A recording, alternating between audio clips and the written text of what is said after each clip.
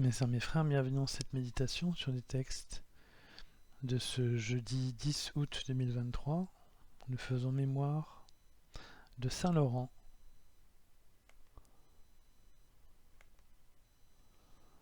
qui était un diacre du pape Sixte II et qui mourut martyr pour avoir refusé de remettre à l'empereur les aumônes que l'Église destinait aux pauvres.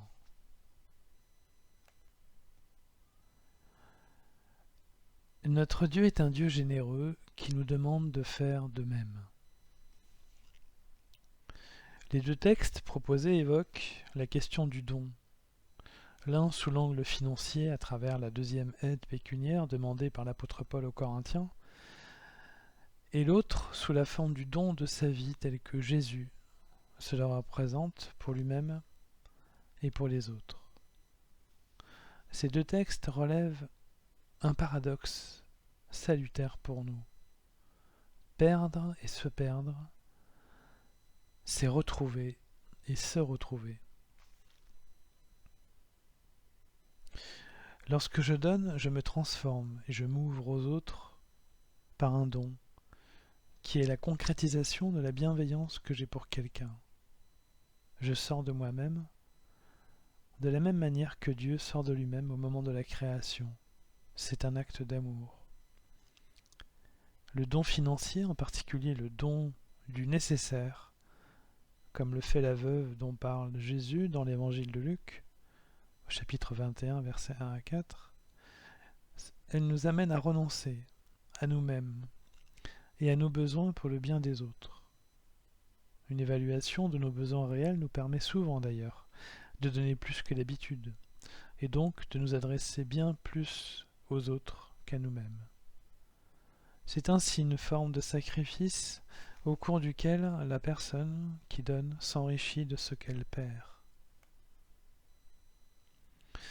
De la même manière, dans l'évangile du jour, après la montée à Jérusalem et avant le repas de la dernière Pâque et avant sa mort, Jésus annonce « Qui aime sa vie la perd, qui s'en détache en ce monde la gardera pour la vie éternelle. » D'une certaine manière, avec les condamnations régulières par Jésus de l'amour de l'argent, le don financier peut être regardé comme une préparation à l'abandon de soi-même. L'argent est en effet ce qui amène toujours les personnes à entrer en conflit les unes avec les autres, car elles se regardent comme des êtres fermés et autocentrés. Jésus avait d'ailleurs condamné l'argent dans la fascination matérialiste qu'il peut entraîner, lorsqu'il disait « Nul ne peut servir deux maîtres. Ou bien il haïra l'un et aimera l'autre, ou bien il s'attachera à l'un et méprisera l'autre. Vous ne pouvez pas servir à la fois Dieu et l'argent. » C'est ce que dit Jésus dans l'évangile de Matthieu, chapitre 6, verset 24. Le fait de se dépouiller de nos attachements matériels, et en particulier de l'argent, doit nous amener à pouvoir suivre Jésus dans le don de lui-même, dans le don de nous-mêmes, comme nous le montre sa discussion avec le jeune homme riche. En s'adressant à lui, il lui dit « Si tu veux être parfait, va, vends ce que tu possèdes, donne-le aux pauvres et tu auras un trésor dans les cieux. Puis viens et suis-moi. » À ces mots, le jeune homme s'en alla tout triste, car il avait de grands biens. Et Jésus dit à ses disciples « Amen, je vous le dis, un riche entrera difficilement dans le royaume des cieux. » C'est en Matthieu, chapitre 19, versets 21 à 23. Pour nous trouver nous-mêmes, il nous faut ainsi accepter une forme de renoncement. Alors bien sûr, il ne s'agit pas nécessairement de tout abandonner, car nous sommes la plupart d'entre nous entourés de personnes dont il faut nous occuper, ce qui est déjà une forme de renoncement à soi-même que de s'occuper des autres.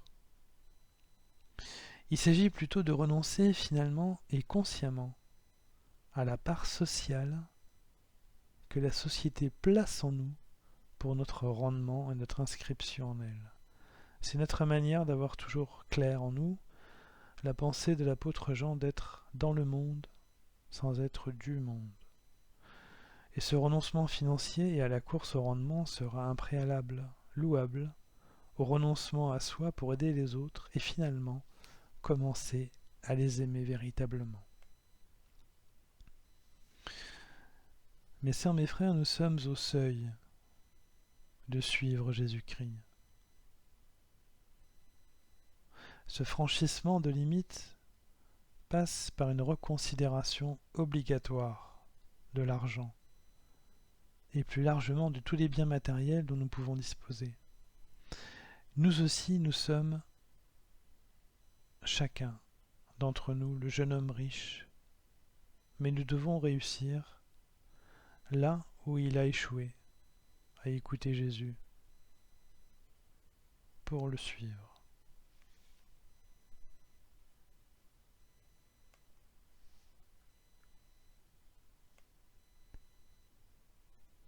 Mes sœurs, mes frères, après cet instant de méditation sur les textes de ce jour, consacré à la générosité de notre Dieu et à l'imitation que nous devons faire de sa générosité, je nous invite à la prière.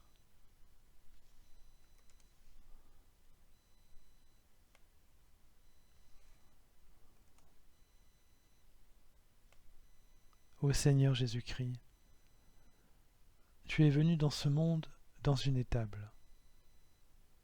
Tu n'avais rien à toi durant ton ministère et tu as rejoint le Père sans rien, sinon l'amour fou que tu avais pour nous. Que ton amour puisse nous guider dans ce monde qui n'est pas le nôtre, pour que nous puissions nous aussi te suivre et aller au Père comme toi. C'est comme ça que nous magnifierons la vie donnée en nous perdant pour mieux nous retrouver, généreux et libres comme toi. Amen.